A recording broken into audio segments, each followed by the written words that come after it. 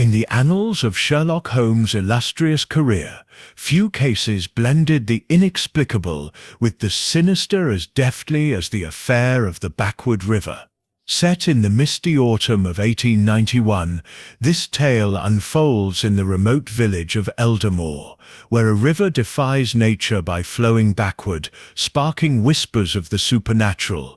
What begins as a curious anomaly soon spirals into a labyrinth of murder, deception, and hidden science, challenging even Holmes' unparalleled intellect. Narrated by Dr. John Watson, this story weaves intricate deductions, vivid Victorian atmosphere, and a conspiracy that threatens to unravel a forgotten legacy. Prepare for a journey where every clue conceals a shadow, and the truth lies just beyond the current's pull. Chapter 1. The Curious Summons. The autumn of 1891 had draped London in a shroud of fog so thick that even the gas lamps seemed to flicker with reluctance. Dr. John Watson sat by the fire in our Baker Street lodgings, attempting to read the morning's Times. Though my attention wandered, Sherlock Holmes, my friend and companion, lounged in his armchair, his violin resting idly on his knee, his sharp grey eyes fixed on some invisible puzzle in the air. The room was silent, save for the crackle of the fire and the occasional clatter of hooves on the street below. It was one of those rare mornings when no client had yet disturbed our peace, and I half expected Holmes to lapse into one of his restless moods. The tranquillity was shattered by the sharp rap of Mrs. Hudson Septon's knock, followed by her entrance with a silver tray bearing a single letter. "This came by special courier, Mr. Holmes," she said, her tone tinged with curiosity. The boy said it was urgent. Holmes took the envelope with a languid hand, but his eyes gleamed as he noted the wax seal, a curious emblem of a crescent moon pierced by an arrow. He broke it open and scanned the contents, his brow furrowing ever so slightly.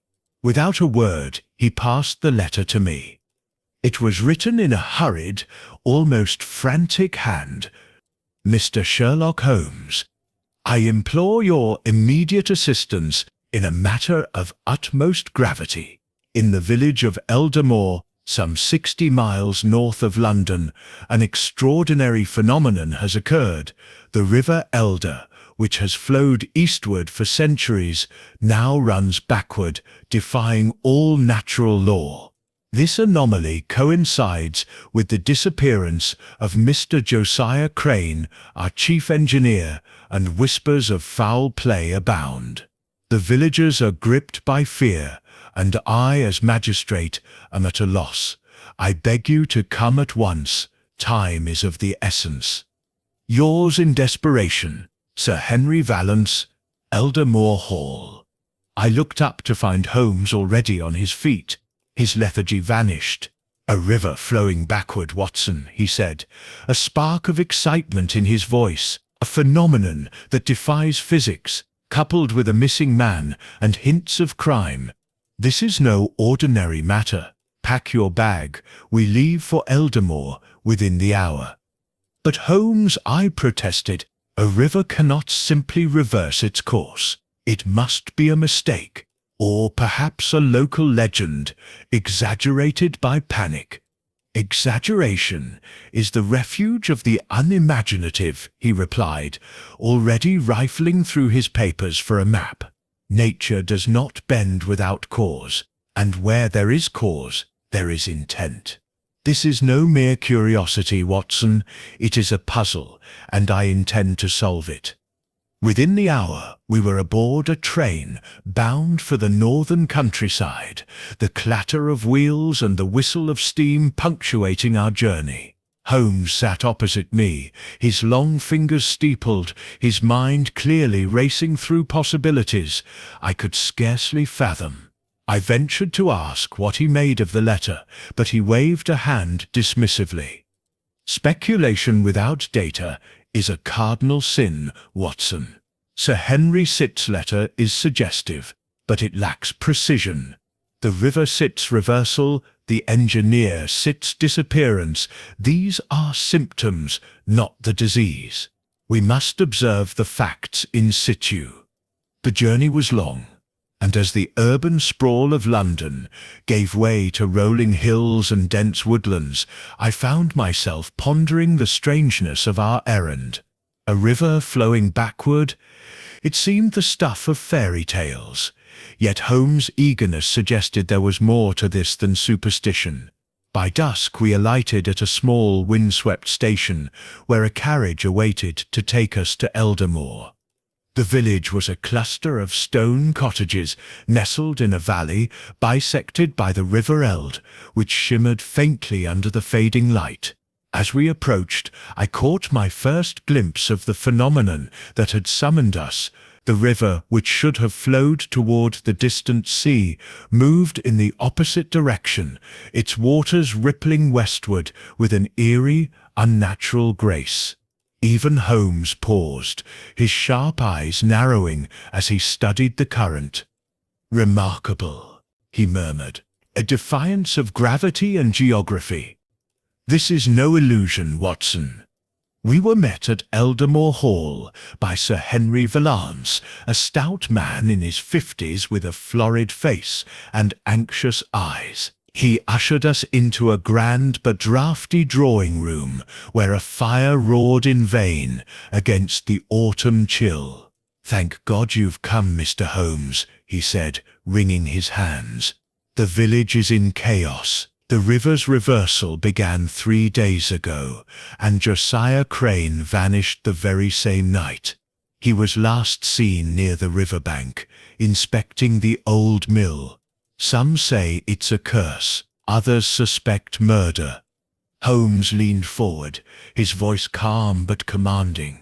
"Tell me, Sir Henry, precisely when and how the river sept's change was first noticed. Omit no detail, however trivial."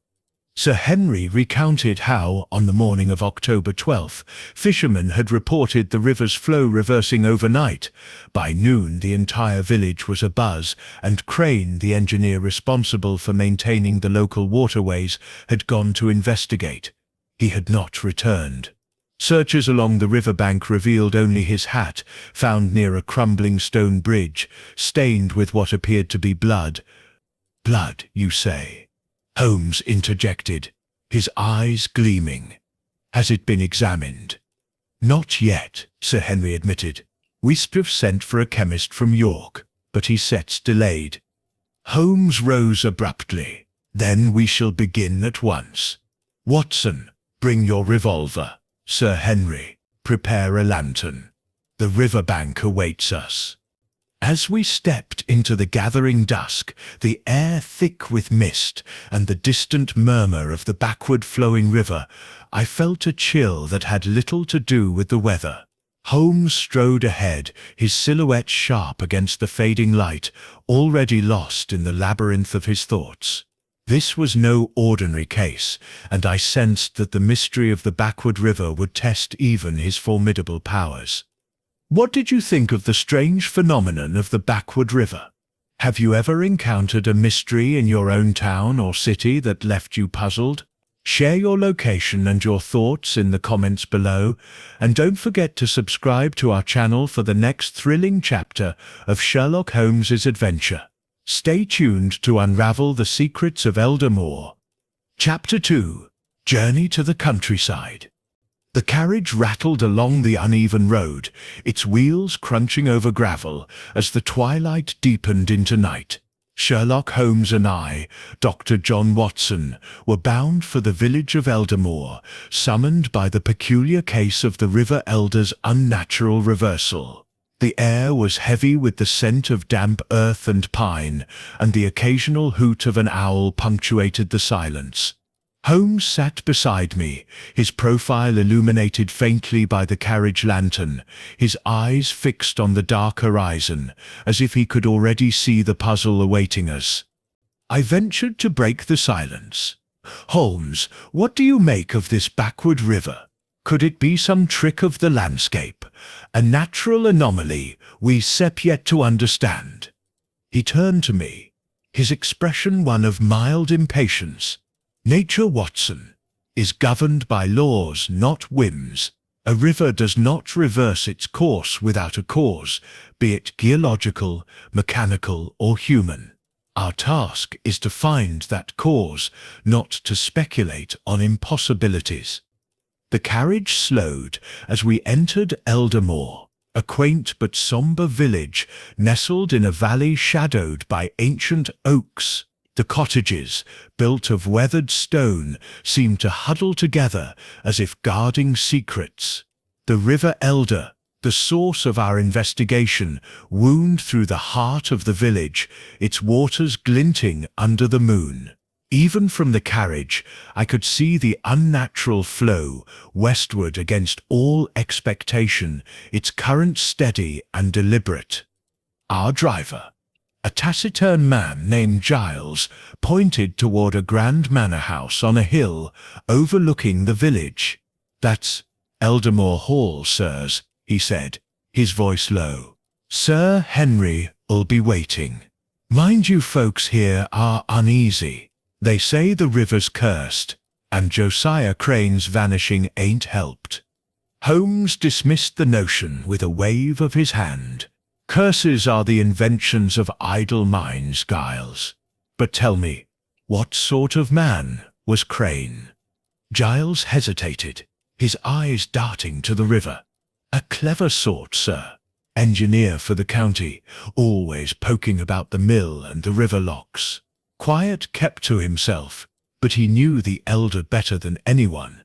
Some thought he was meddling with things best left alone."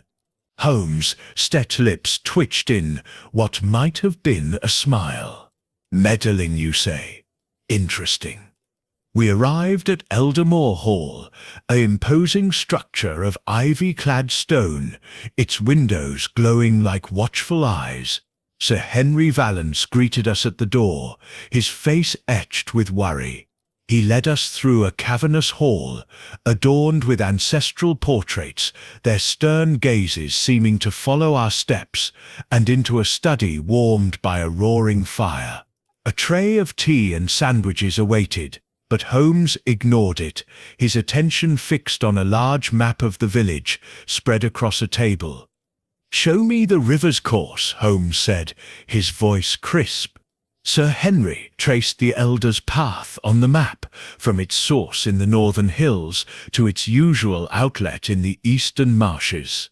"It's been flowing east for centuries," he said, "but 3 days ago it began moving west, back toward the hills. It's unnatural, Mr. Holmes. The fishermen are refusing to work, and the mill's wheel spins backward, grinding nothing but chaos." Holmes studied the map, his long fingers tracing the river Spens and Josiah Crane. Where was he last seen? "Near the old stone bridge, close to the mill," Sir Henry replied. "He's spurred gone to inspect the river after the first reports of its reversal. His hat was found the next morning, stained with blood, but there's been no sign of him since." "Blood," Holmes murmured, his eyes narrowing. "And the bridge, describe it." "It's ancient, crumbling," Sir Henry said. "Built in the 1600s, part of an old trade route. The river runs swift beneath it, and there sets a steep bank on either side, dangerous at night." Holmes nodded, already lost in thought. "Watson, we shall visit this bridge at first light. Sir Henry, I still need a list of everyone who interacted with Crane in the past week. Friends, colleagues, enemies. No detail is too small." Sir Henry hesitated. Enemies? Crane was well liked, though he had a falling out with Thomas Reddick, the miller. Reddick claimed Crane's sips, tinkering with the river locks, was ruining his business. "Excellent," Holmes said, his tone betraying a hint of satisfaction. "A motive, however slight, is a thread to pull. Now, Sir Henry, if you all excuse us, My companion and I require rest. Tomorrow we begin in earnest. We were shown to a pair of rooms in the guest wing, their heavy oak furniture and faded tapestries exuding an air of faded grandeur. As I unpacked my small valise, I couldn't shake the unease that had settled over me. The backward river, the missing engineer, the blood-stained hat. It was as if the village itself were conspiring to conceal the truth. Before retiring, I found Holmes standing at his window, gazing out at the river Sept's silvery thread in the moonlight. "What do you make of it, Holmes?" I asked. "This place feels wrong." He turned, his eyes alight with that peculiar intensity that signaled a mind fully engaged. "Wrong, Watson? On the contrary, it is precisely right. For a mystery, the river is speaking, and we must learn its language. Sleep well, for tomorrow we shall hear its first words." As I lay in bed, the distant murmur of the elder filled the silence, its unnatural flow a constant reminder of the enigma we faced. I drifted into an uneasy sleep, haunted by the thought that the river held secrets far darker than we yet knew. Chapter 3. The Backward Phenomenon. The dawn broke over Eldermore with a pall of mist that clung to the valley like a shroud. I awoke to find Sherlock Holmes already dressed, his lean frame silhouetted against the window of our guest room at Eldermore Hall. He was studying the River Elder, its unnatural westward flow barely visible through the fog. His expression was one of intense focus, as if the river itself might whisper its secrets to him. "Come, Watson," he said, turning abruptly. "The day awaits, and the river will not pause for our convenience." After a hasty breakfast of cold meats and tea, we set out with Sir Henry Vallance toward the old stone bridge where Josiah Crane had last been seen. The village was stirring, but an air of unease hung over the cobblestone streets. Villagers cast wary glances at the river, their whispers of curses and ill omens trailing us as we passed. The Elder itself was a sight to behold. Its waters, swift and clear, moved steadily against the natural slope of the land, defying reason. I could not help but pause, my medical mind grappling with the impossibility before me. Holmes, however, was undeterred. He strode to the bridge, a crumbling relic of moss-covered stone, and knelt to examine the ground. The bank was steep, dropping sharply to the river below, where rocks jutted like jagged teeth. "Here," he said, pointing to a patch of disturbed earth near the bridge's edge. "The grass is flattened, and there do you see the scuff marks? A struggle, perhaps?" I followed his gaze and noticed faint scratches in the soil, alongside a few broken twigs. "Could it be Crane's doing?" I asked. "Possibly," Holmes replied, his eyes scanning the surroundings. He moved to the bridge itself, running his fingers along the weathered stone. "Sir Henry, you mentioned a blood-stained hat. Where exactly was it found?" Sir Henry pointed to a spot a few yards downstream where the bank levelled out into a muddy flat. "There, by that willow. The blood was fresh when we found it, but the chemist from York still hasn't arrived to analyse it." Holmes crouched by the willow, his magnifying glass in hand. The hat, a weathered tweed cap, had been preserved in a sack by the local constable. Holmes examined it closely, noting the dark, rust-coloured stains. "Blood, certainly," he murmured. "But the quantity is curious. Too little for a fatal wound, yet too much for a mere scratch. And observe, Watson, the tear along the brim. This was not caused by a fall." He stood, pocketing a small sample of the blood-stained fabric. "We must see the mill next," If Crane was investigating the river set's reversal, the mill set's machinery may hold answers. The mill stood a short distance upstream, its great wheel creaking as it turned backward, driven by the river's unnatural flow. Thomas Reddick, the miller, greeted us with a scowl. He was a burly man with flour-dusted hands and a temper as rough as his beard. "You're the London detective, then," he said, eyeing Holmes with suspicion. "I've no time for your questions. The river's gone mad, and my mill's useless. That Crane, he's to blame, meddling with the locks." Holmes raised an eyebrow. "Meddling, you say? Elaborate." Reddick spat into the dust. "Crane was always at the river, tinkering with the sluice gates and locks, said he was improving the flow, but it only made things worse. Last week we argued. He wanted to divert water from the mill race. I told him he set ruin me." "And where were you?" "The night he vanished," Holmes asked, his tone deceptively mild. Reddick Sext's eyes narrowed. "In my cottage, asleep. Ask my wife if you don't set believe me." Holmes nodded, his expression unreadable. He moved to the mill wheel, inspecting its axle and the gears that groaned under the strain of the backward current. "The mechanism is intact, yet overtaxed," he observed. "The river set's force is stronger than it should be, given the terrain. Curious." We spent the next hour combing the mill and the riverbank, Holmes noting every detail: the depth of the water, the angle of the current, the placement of the sluice gates. He paused by a rusted iron grate, half submerged in the river, his fingers tracing its bars. "This grate is new," he said, "recently installed, and not by a clumsy hand. Watson, mark this spot."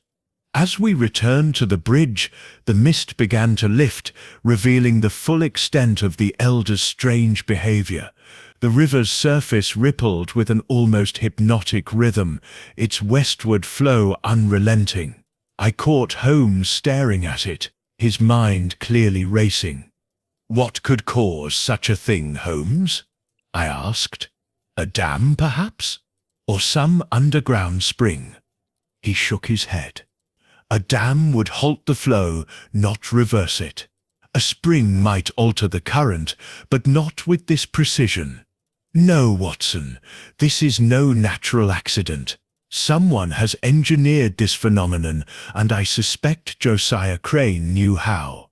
The sun was climbing higher, and Sir Henry, growing anxious, urged us to return to the hall for luncheon.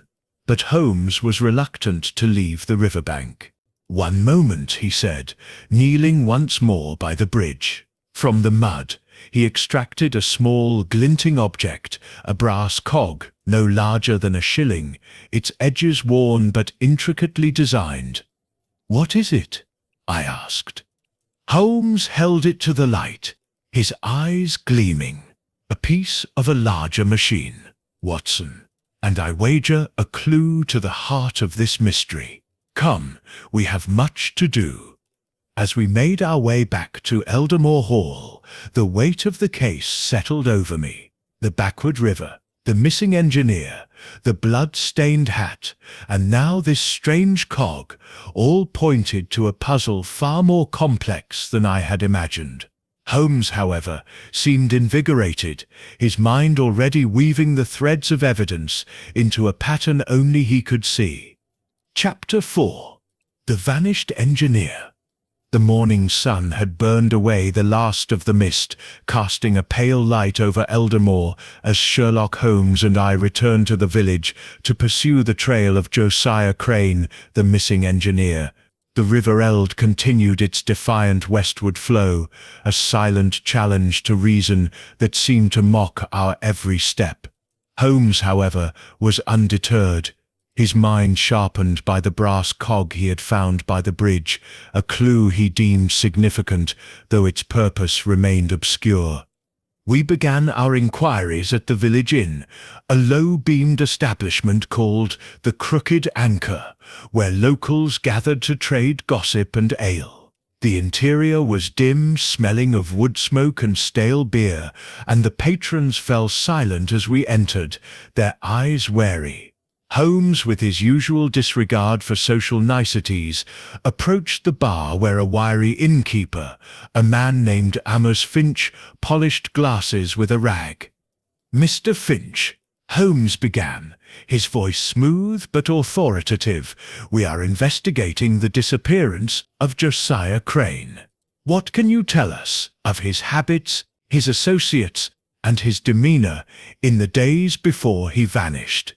Finch's hands paused, and he glanced about as if fearing eavesdroppers. "Crane was a quiet sort," he said at last. "Came in most evenings for a pint, sat in that corner there." He nodded toward a small table by the hearth, kept to himself, mostly, but he'd talk about the river, how its currents could be harnessed, how the locks needed fixing. He was obsessed with it. "Obsessed?" Holmes pressed, leaning closer. "Did he seem troubled or anxious?" Finch hesitated, then lowered his voice. "The last week, aye. He was agitated, muttering about foo forces unseen, Disher and Dessay. The night he disappeared, he was here till late scribbling in a notebook, left in a hurry, after a row with that Reddick fellow from the mill." Holmes' sicked eyes gleamed. "A row, you say? Describe it." Reddick stormed in, red-faced, shouting that Crane was ruining his livelihood with his Teddamed experiments. Sipt Crane didn't shout back, just stared at him, cold-like, and said, "See soon enough, Reddick. The river keeps no secrets." Sipt had. Then he left, heading toward the bridge. I exchanged a glance with Holmes. This confirmed Reddick's earlier admission of a dispute, but the mention of experiments piqued Holmes' interest. "Did Crane have visitors or associates outside the village?" he asked. Finch shrugged. "Not that I saw, but he get letters, fancy ones, with wax seals. He read quick and burned septum in the fire. Secretive, he was." Holmes nodded, filing the information away. "One last thing, Mr. Finch. Did Crane ever mention a machine or device connected to the river?" Finch dapped his brow furrowed. "Not directly, but he once said something odd. That the river sets his heart is iron and will. I didn't know what he meant, and he laughed it off." We left the inn and made our way to Cranestit's lodgings, a modest cottage near the riverbank. The local constable, a nervous young man named Perkins, let us in, his hands trembling as he unlocked the door. "We touched nothing, Mr. Holmes," he said, just as he left it. The cottage was sparsely furnished, its walls lined with shelves of engineering texts and charts of the River Elder. Holmes moved with the precision of a bloodhound, examining every detail. He paused at a desk, cluttered with papers, where a half-finished diagram caught his eye, a complex sketch of gears, pipes, and what appeared to be a subterranean chamber beneath the river. "Watson," he said, holding up the diagram, "this is no mere lock system. Crane was designing something extraordinary." He rifled through the papers, finding notes scrawled in Crane's hand. "Pressure differential achieved. Valves operational. Must conceal from R." Another page mentioned a source point near the northern hills, where the river originated. Holmes pocketed the diagram, his expression one of quiet triumph. Our next stop was the home of Mrs. Eliza Crane, the engineer's widow, though they had been estranged for years. She lived in a neat cottage on the village's edge, her face pale, but composed as she received us. "Josiah was a brilliant man," she said, her voice steady despite her grief. "But he was consumed by his work. He wrote to me last month, saying he'd found something beyond imagining in the river's depths. He feared it would bring trouble. Trouble from whom? Holmes asked, his gaze piercing. Mrs. Crane shook her head. He wouldn't say, only that he was watched, always watched. He mentioned a man, a stranger he said seen near the mill, dressed in black with a scar across his cheek. Holmes's eyes narrowed. And this stranger, when did Crane last mention him? The day before he vanished, she replied. He sent a note, begging me to leave Eldamore for my safety. I thought he was being fanciful, but now. We thanked Mrs. Crane and stepped back into the daylight, the river's murmur a constant reminder of the mystery at hand. Holmes was silent, his mind clearly turning over the new information, Crane's secretive experiments, his cryptic notes, the scarred stranger, and the ongoing feud with Reddick. As we walked back toward Eldamore Hall, he suddenly stopped, his gaze fixed on the river. "Watson," he said, "the key lies in the river itself. Crane's work, the backward flow, the blood on his hat, all are connected to a mechanism we have yet to uncover. Tonight, we shall return to the riverbank under cover of darkness. If there are secrets to be found, the night will reveal them." I felt a chill at his words, not from the autumn air, but from the certainty that we were on the brink of something far larger and far more dangerous than a missing man. The River Elder, with its impossible current, seemed to beckon us deeper into its enigma. Chapter 5. Shadows in the Mist. The sun had long dipped below the horizon, leaving Eldamore shrouded in a blanket of darkness, pierced only by the faint glow of lanterns from distant cottages. Sherlock Holmes and I, Dr. John Watson, prepared for our nocturnal vigil along the River Elder, armed with a lantern, my revolver, and Holmes' unyielding curiosity. The air was crisp, carrying the damp scent of the river, and a light mist began to rise from its surface, curling like spectral fingers over the water. Sir Henry Vallance had offered to accompany us, but Holmes declined, insisting that subtlety was our ally in the night. We made our way silently to the old stone bridge, the crunch of gravel underfoot, the only sound besides the unnatural murmur of the backward-flowing river. Holmes extinguished the lantern as we approached, his voice a whisper in the gloom. "Eyes and ears, Watson. The night conceals, but it also reveals those who think themselves hidden." We took positions behind a cluster of willows near the bridge, the mist thickening around us. The river's current whispered secrets as it defied gravity, its westward pull a constant enigma. Minutes stretched into hours, the chill seeping into my bones, but Holmes remained motionless, his senses attuned to every rustle and ripple. It was nearing midnight when a faint sound broke the silence, a soft splash from downstream, followed by the crunch of footsteps on the bank. Holmes tensed, his hand signaling me to stay low. Through the mist, shadowy figures emerged. 2 men, cloaked and hooded, moving with purposeful stealth toward the mill. One carried a lantern, its light hooded to a mere sliver, while the other bore a heavy sack slung over his shoulder. "Observe," Holmes murmured. "They head for the sluice gates." We followed at a distance, our footsteps muffled by the damp grass. The men paused at the rusted iron grate Holmes had noted earlier, the one half submerged in the river. The taller figure knelt, producing a key that glinted in the faint moonlight, and unlocked a hidden panel in the grate. With a grunt, they heaved it open, revealing a narrow tunnel descending into darkness below the riverbank. "A secret entrance," I whispered, my heart pounding. "Crane's doing." "Undoubtedly," Holmes replied.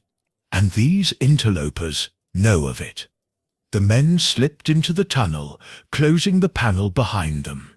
Holmes waited a moment, then motioned for me to follow.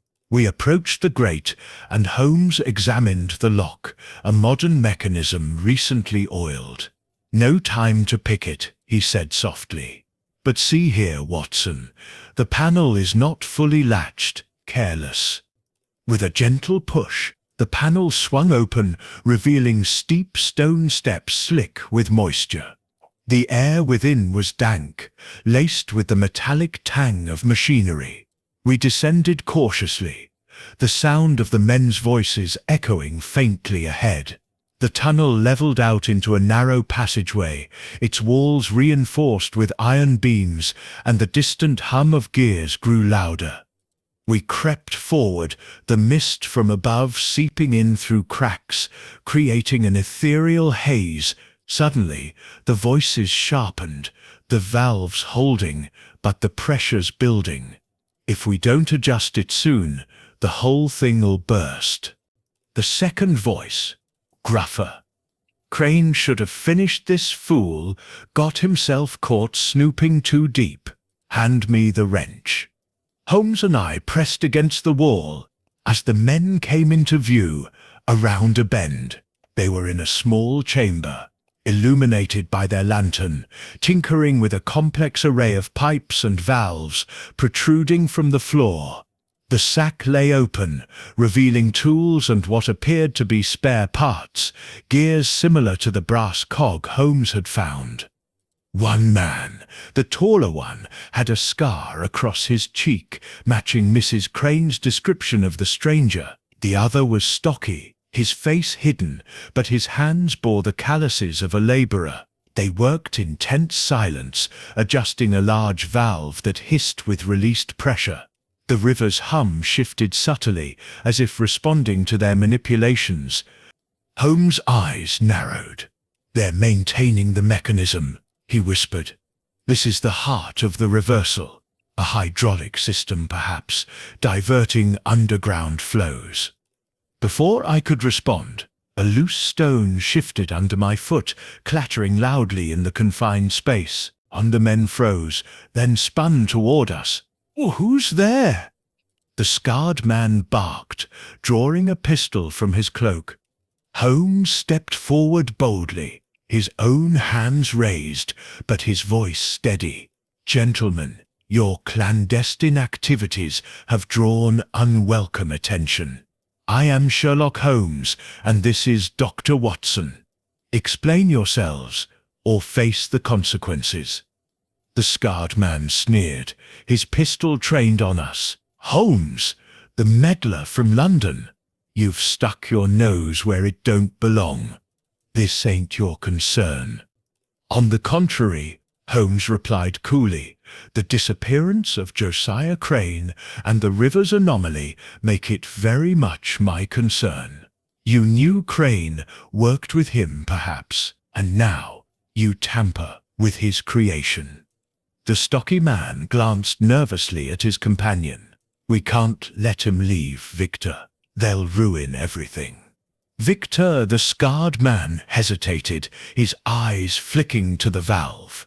"Crane was a partner, till he got greedy. Wanted the treasure for himself. We dealt with him, and we'll deal with you." "Treasure?" I interjected, my hand inching toward my revolver. Holmes shot me a warning glance. The motive emerges. Not mere engineering folly, but something buried in the river's past. Speak plainly, man. What treasure? Victor laughed bitterly. The elder hides more than water. Old legends of lost gold from the Civil War sunk in the depths. Crane found a way to reverse the flow, expose the riverbed, but he betrayed us. Before Holmes could probe further, the stocky man lunged, swinging a wrench. I drew my revolver, firing a warning shot that echoed deafeningly in the chamber. The men bolted, Victor firing wildly as they fled deeper into the tunnel. Holmes and I gave chase, but they vanished into a side passage, the sound of a slamming door cutting off pursuit. We returned to the chamber, where Holmes examined the machinery. Amid the pipes, he found a sodden map, partially torn, depicting the river with marked spots, potential sites for the legendary treasure. "A hidden clue, Watson," he said, pocketing it. "And confirmation. Crane engineered the reversal to unearth a fortune, but his partners turned on him." As we emerged from the tunnel, the mist had thickened into fog, and the river's flow seemed even more insistent. The encounter had revealed shadows in the mist, suspicious figures, and a motive steeped in greed, but the full picture remained obscured. Holmes' face was set in determination. "We must identify these men, Watson. Tomorrow we unravel their alibis and expose the web they weave." The night held more secrets, but for now we retreated to Eldermore Hall, the backward river whispering taunts in our wake. Chapter 6. The Alibi Puzzle. The first light of dawn filtered through the heavy curtains of Eldermore Hall as Sherlock Holmes and I, Dr. John Watson, reflected on the night's revelations. The encounter in the subterranean chamber beneath the River Elder had unveiled a conspiracy rooted in greed, a hidden mechanism engineered by Josiah Crane to reverse the river's flow and expose a legendary treasure from the Civil War era. The scarred man Victor and his accomplice had fled, but not before confirming Crane's betrayal and their hand in his disappearance. Holmes paced the study, the sodden map from the chamber spread before him, its markings indicating potential sites along the now altered riverbed. "Watson," Holmes said, his voice laced with urgency, "we must not delay. The alibis of our suspects must be tested for the web of deceit titans, Reddick, the miller, Finch, the innkeeper, and now this Victor each may hold a piece of the puzzle."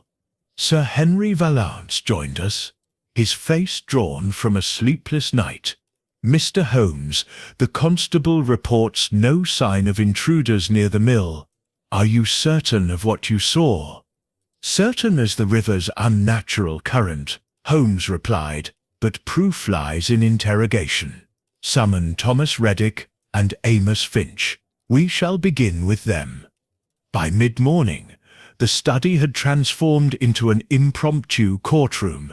Reddick arrived first, his burly frame filling the doorway, his expression a mix of defiance and unease. He sat heavily in a chair, his flour-dusted hands clenched. "Mr. Reddick," Holmes began, fixing him with a penetrating gaze, "you claimed to be asleep in your cottage the night Josiah Crane vanished. Yet witnesses place you at the Crooked Anchor, arguing with him. Care to revise your statement?" Reddick shifted, his eyes darting to the window. I was there earlier, but I went home after. My wife can vouch. She heard me come in around 10. Holmes leaned forward. "Convenient. And what of your knowledge of Crane's experiments? You accused him of tampering with the locks, yet last night men were seen maintaining a hidden mechanism beneath the river. Associates of yours, perhaps?" Reddick's face reddened. "I know nothing of that. Crane was a meddler, that's all. If he's dead, it's his own doing, poking where he shouldn't." "Or perhaps yours," Holmes countered. "The argument at the inn was heated. Crane said, 'The river keeps no secrets.' What secrets, Reddick? A treasure, perhaps. Gold hidden in the riverbed, now exposed by the reversal." Reddick's jaw tightened. "Legends, nothing more. Old tales from the war. Cromwell's gold sunk to hide it from royalists. Crane babbled about it once. Drunk, said he'd found a way to dredge it up. Foolish dreams." Holmes produced the brass cog from his pocket, holding it up. "This was found near the bridge. It matches gears in the underground chamber. Have you seen its like?" Reddick stared, then shook his head. Mill parts, maybe. I don't know. Very well, Holmes said, dismissing him with a wave. But stay in the village. Reddick, the truth has a way of surfacing. Next came Amos Finch, the innkeeper, his wiry frame twitching with nervousness. He perched on the edge of the chair, his eyes avoiding Holmes. Mr. Finch, Holmes said mildly, you described Crane's habits accurately yesterday, but you omitted your own involvement. Letters with wax seals. Crane burned them in your fire. What did they contain? Finch swallowed hard. I don't know, sir. He never shared. Just said they were from an old colleague. An old colleague named Victor. Perhaps a scarred man seen lurking near the mill. Finch paled. I've heard whispers of such a man. Stranger came through a month ago. Stayed at the inn one night. Asked about the river's history. Paid in gold coin. Old ones, like from the tales. Holmes' eyes sharpened. Gold coin? Describe it. Old, sir. Had a king's face. Charles' eye. Maybe, he said it was a family heirloom, but it looked fresh dug. And this Victor, did he meet with Crane? Finch nodded, reluctantly. Once in the back room, they argued, low voices, something about shares and the source. I didn't eavesdrop, mind. Holmes steepled his fingers. Your alibi for the night of the disappearance. Here at the inn, closing up. Barmaid Molly can confirm. I sent her home at 11, then locked up alone. Alone, Holmes echoed. Yet the tunnel entrance near the mill is but a short walk away. Time enough for a midnight errand. Finch protested his innocence, but Holmes waved him away, his mind already turning to the next thread. Sir Henry, observing, rubbed his chin. These alibis conflict subtly. Mr. Holmes, Reddick's wife, might lie for him. And Finch's barmaid could be mistaken. Precisely, Holmes replied. Alibis are puzzles within puzzles. We must verify them. Watson, accompany me to question Reddick's wife and the barmaid. We set out into the village, the river's backward flow, a constant backdrop. At Reddick's cottage, his wife, a stout woman with wary eyes, confirmed his story. He came home at 10, grumbling about Crane, slept like a log till morning. But her hands twisted her apron nervously, and Holmes noted a fresh bruise on her wrist. Madam, he said gently, fear not the truth. Has your husband been absent nights recently? She hesitated, then whispered, once or twice. Yes, said he was checking the mill, but he came back muddy, smelling of the river depths. At the Crooked Anchor, Molly the barmaid was more forthcoming.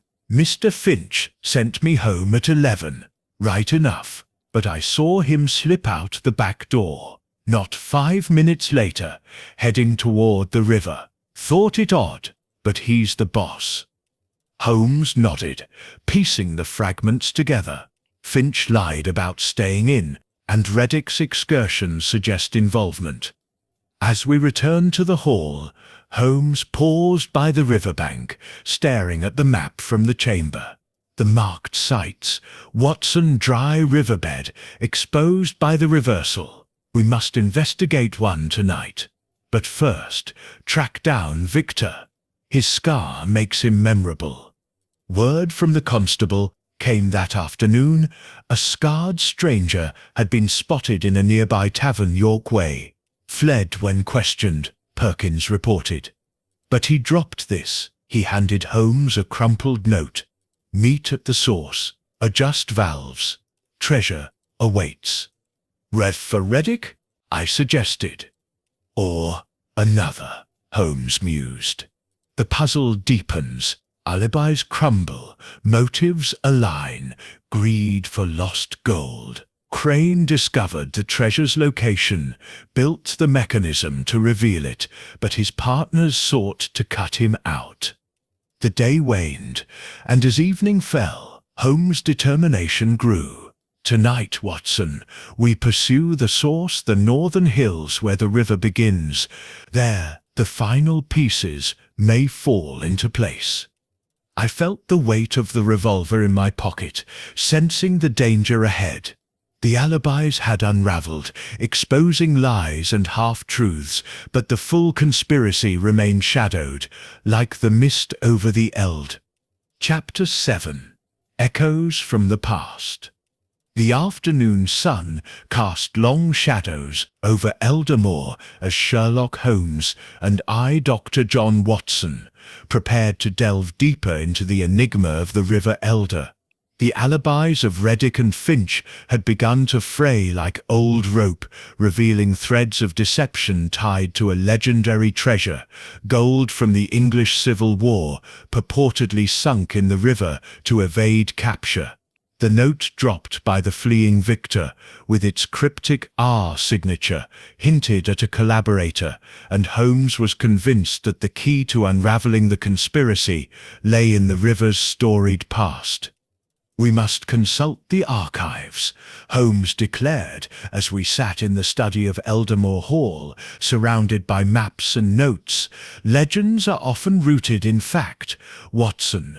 The Civil War gold echoes from centuries ago may explain the modern machinations." Sir Henry Valance, ever the gracious host, nodded eagerly. The Hall Sips Library holds records dating back to the 1600s. My ancestors were parliamentarians, loyal to Cromwell. There are tales of a skirmish near the river, where a convoy of gold was ambushed and lost. He led us to the library, a vast room lined with leather-bound volumes and dust-moted air. Holmes moved with purpose, pulling tomes from the shelves, parish records, historical accounts, and faded journals. I assisted, scanning pages for mentions of the elder. "Here," Holmes said, his finger tracing a yellowed entry in a 1645 diary. "Written by Captain Elias Valance, Sir Henry's forebear. The river claimed our bounty this day. Ambushed by royalist dogs at the ford, we cast the chests into the depths to deny them victory. The elder swallows secrets well, but one day, perchance, it may yield them." Sir Henry leaned in, his eyes wide. I heard the family legend, but never read it so plainly. The gold was meant for Cromwell Sip's coffers, enough to fund an army. Lost forever, or so we thought. "Not forever," Holmes murmured, turning to another volume, a geological survey from the 1800s. "The river's course has shifted over centuries due to floods and erosion. Crane, with his engineering prowess, must have studied these changes, devising a way to reverse the flow and expose the original riverbed." I pondered this. But how does one reverse a river? Pumps, dams hidden upstream. Holmes nodded. A sophisticated system of underground valves and siphons, powered perhaps by the mill Sip's mechanisms, the brass cog, the chamber we discovered. These are components, but the legend adds motive. Crane wasn't Sipt merely experimenting. He sought the gold. We spent hours poring over the archives, uncovering more echoes. A 17th century map showed the ambush site near what was now the Northern Hills. The source mentioned in Victor's note. Local folklore spoke of the river's curse, where those who sought the gold met watery ends, their spirits reversing the flow as warning. As evening approached, Holmes closed the last book with a decisive snap. "We have context, but we need confirmation. Sir Henry, is there a village elder versed in these tales? Someone who might know if Crane inquired about them?" Sir Henry thought a moment. "Old Widow Hargrove. She sits 90. If a day lives in the thatched cottage by the church. Claims her family guarded the river setter's secrets for generations. We set out at once, the twilight air heavy with the scent of fallen leaves. Widow Hargrove's cottage was a relic itself, sagging under ivy and time. She answered our knock with a creak of the door, her wrinkled face peering out like a carved apple. "Who disturbs an old woman at dusk?" she croaked. "Sherlock Holmes, madam," he said, bowing slightly. "We seek knowledge of the elder set's past, the lost gold, the curse." Her eyes, sharp despite her age, narrowed. "Come in then. But mind, the river listens."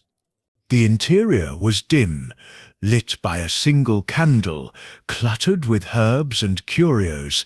She settled into a rocking chair, her gnarled hands folding in her lap. "The gold? Aye, 'twas sunk in 1645, after the battle at Eldermore Ford. Chests heavy with coin, thrown into a whirlpool that's long since vanished with the river's wanderings." Holmes leaned forward. "And Josiah Crane, did he visit you asking of this?" She cackled softly. "Oh yes. Months ago the engineer came, all polite and probing, wanted maps, old ones, showing the Ford Stet's true spot. I told him the legend, Thea, the river flows east for the righteous, but backward for thieves, Stet's." He laughed, said science would bend it to his will. Foolish man. "Did he mention partners?" I asked, "a scarred man, or others?" Widow Hargrove's expression darkened. "He spoke of a consortium, men from afar, lured by the promise of wealth. One with a scar, yes, Victor something or other. Foreign accent, and locals too. Reddick the miller grumbling about shares, Finch from the inn, supplying tools on the sly. Crane thought he could control them, but greed turns men to monsters." Holmes' eyes gleamed in the candlelight. "And the mechanism? Did Crane describe how he set reverse the flow?" She shook her head. "Not in detail, but he boasted of Fee's iron hearts, spits buried under the earth, pumping the water upstream. Said it would dry the old bed, reveal the chests. Oh, but the curse! Oh, the river dawn set like being twisted." We thanked her and stepped into the night, the stars emerging above. Holmes was silent as we walked back, his mind assimilating the echoes from the past. "Watson," he said at last, "the pieces align. Crane, inspired by the legend, built the reversal system with Victor and perhaps Reddick and Finch as accomplices. But betrayal brewed. Crane wanted the gold alone, leading to his disappearance. The blood-stained hat, a staged murder to cover their tracks. But is Crane truly dead?" I queried. "No body has been found." "A pertinent question," Holmes replied. "Perhaps he lives, hiding to claim the treasure himself, or perhaps the river has claimed another victim. Tomorrow we journey to the source in the northern hills. There the forgotten legend may yield its final secrets." The wind whispered through the trees, carrying faint echoes of battles long past, as the backward river flowed on, a timeless witness to human folly. Chapter 8. The Secret Laboratory. The morning mist clung to the northern hills like a veil of secrecy as Sherlock Holmes and I, Dr. John Watson, embarked on our expedition to the source of the River Elder. Armed with the historical insights from the archives and Widow Hargrove's tales, we were determined to uncover the physical heart of Josiah Crane's ingenious and perilous mechanism. The legends of lost Civil War gold had provided the motive, but the method remained a tantalizing puzzle. Holmes, ever the pragmatist, insisted that science, not superstition, would yield the answers. Sir Henry Vallance accompanied us. providing a sturdy cart and provisions for the journey. The path wound upward through dense woodlands, the air growing cooler and fresher with each mile. The river, now a narrower stream at its origin, still flowed defiantly westward, its waters bubbling over rocks, as if propelled by an invisible force. Holmes observed this with keen interest, occasionally stopping to measure the current speed with a makeshift device of his own invention, a weighted string and stopwatch.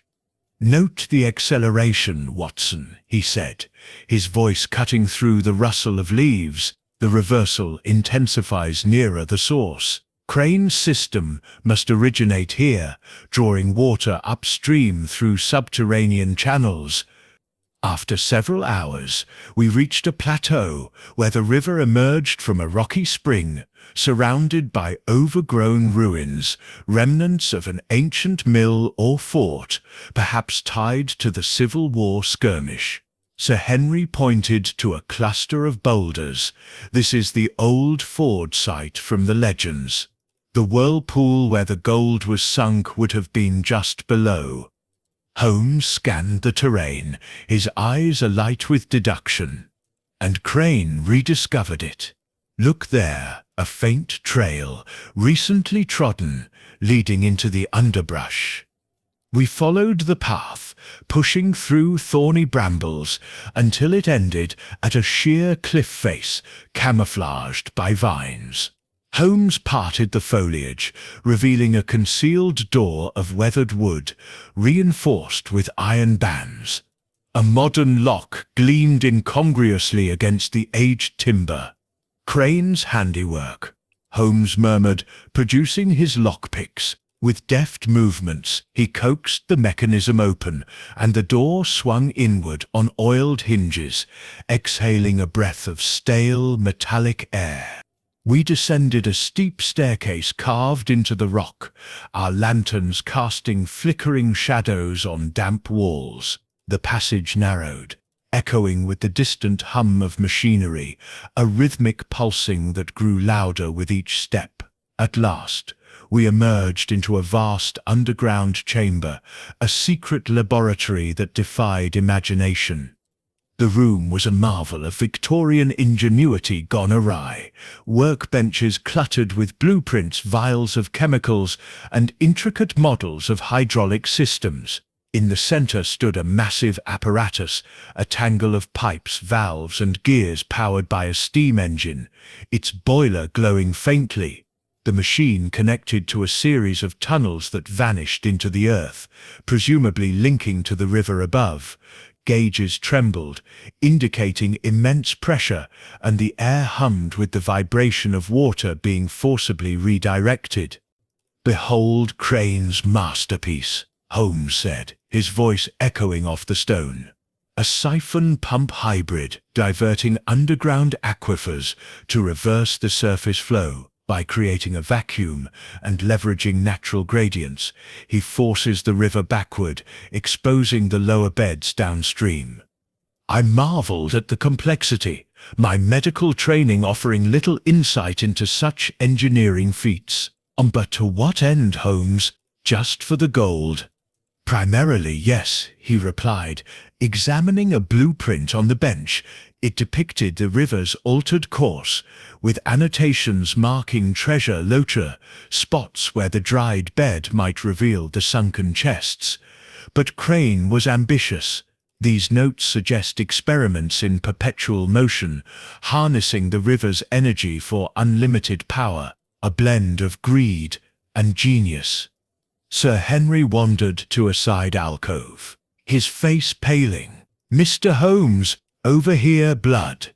We rushed to his side, finding a smeared stain on the floor, trailing toward a locked cabinet. Holmes knelt, confirming it was dried blood, perhaps days old, consistent with the hat's stain. A struggle occurred here. He forced the cabinet open, revealing shelves of journals and artifacts. Among them was a leather-bound diary, its pages filled with Crane's meticulous script. Holmes skimmed it rapidly.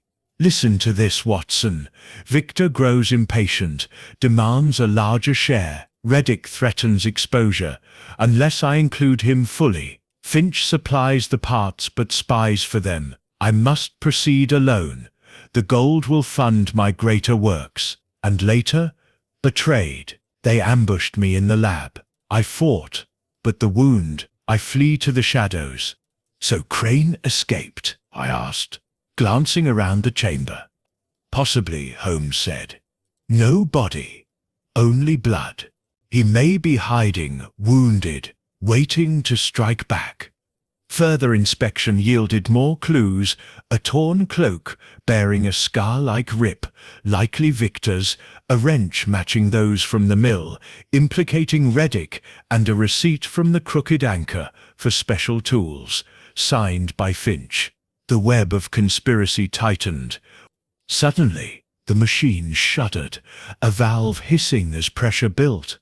Holmes adjusted a gauge swiftly. Unstable, if not maintained, it could flood the tunnels, or worse, cause a collapse.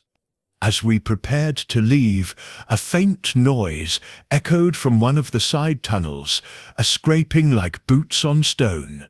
Holmes signalled silence, drawing his cane sword.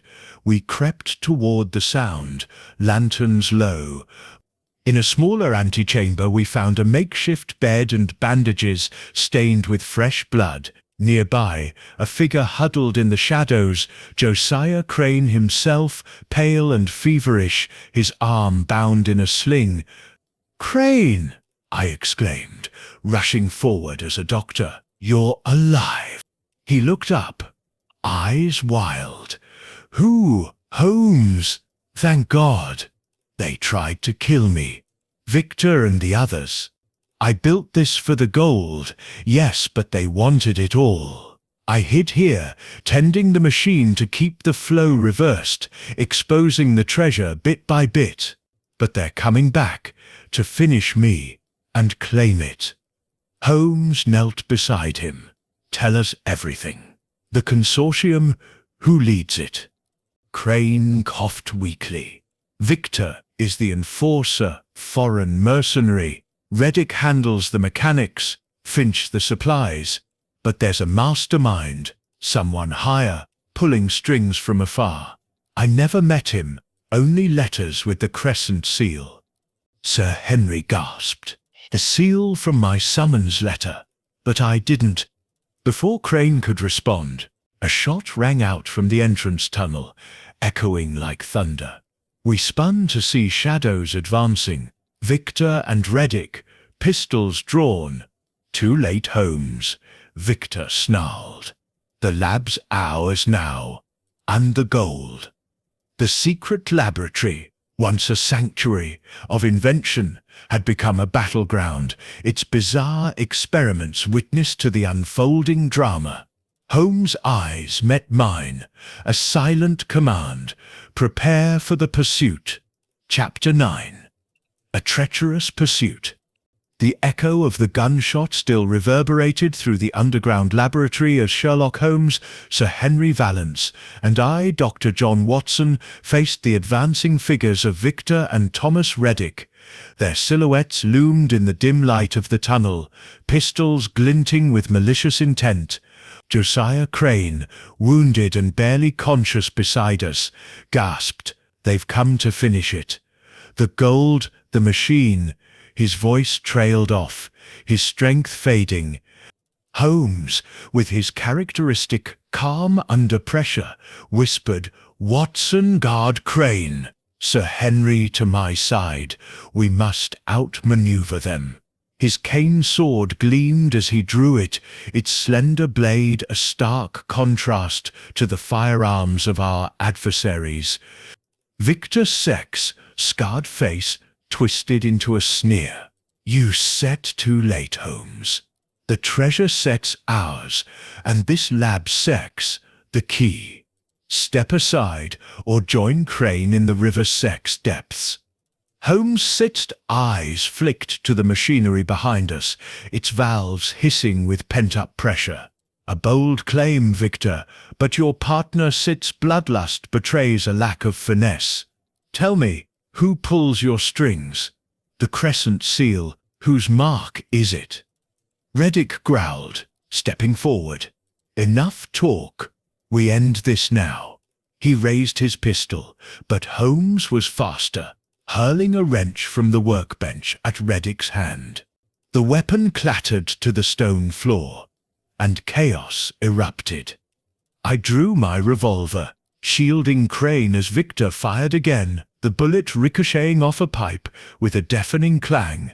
Holmes darted toward a side tunnel, shouting, "Follow me, Watson." The riverbank.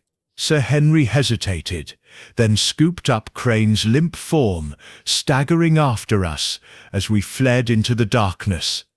The tunnel twisted upward, its walls slick with moisture, the hum of the river growing louder. Behind us Victor and Reddick's footsteps pounded, their curses echoing. Holmes navigated with uncanny precision, his lantern casting fleeting shadows. The machine's instability is our ally, he panted. If we can reach the surface, we may turn their greed against them.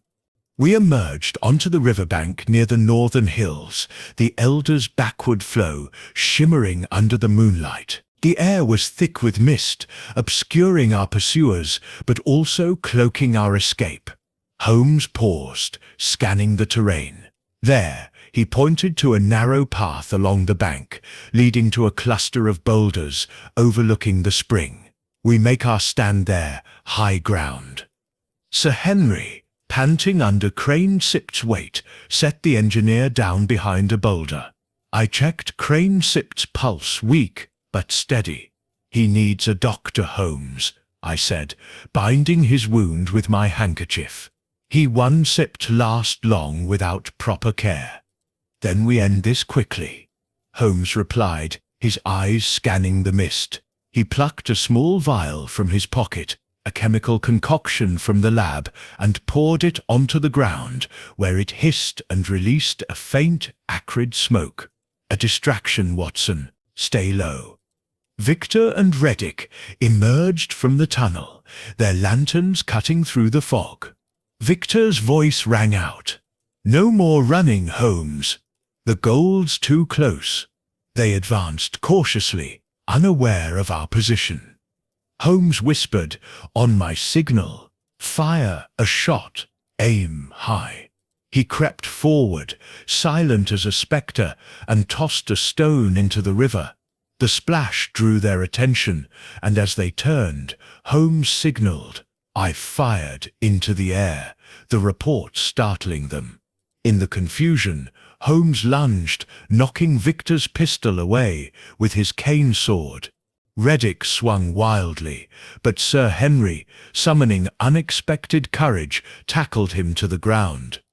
The struggle was fierce but brief. I joined the fray, pinning Reddick's arms as Holmes disarmed Victor, binding his wrists with a length of rope from the cart. The scarred mercenary spat curses, but Holmes ignored him, securing Reddick similarly. "Fools," Victor snarled. "You think this ends it? The mastermind will bury you all." Holmes knelt before him, his voice cold. "Your mastermind. The one with the crescent seal. Speak, and perhaps you see leniency." Victor laughed bitterly.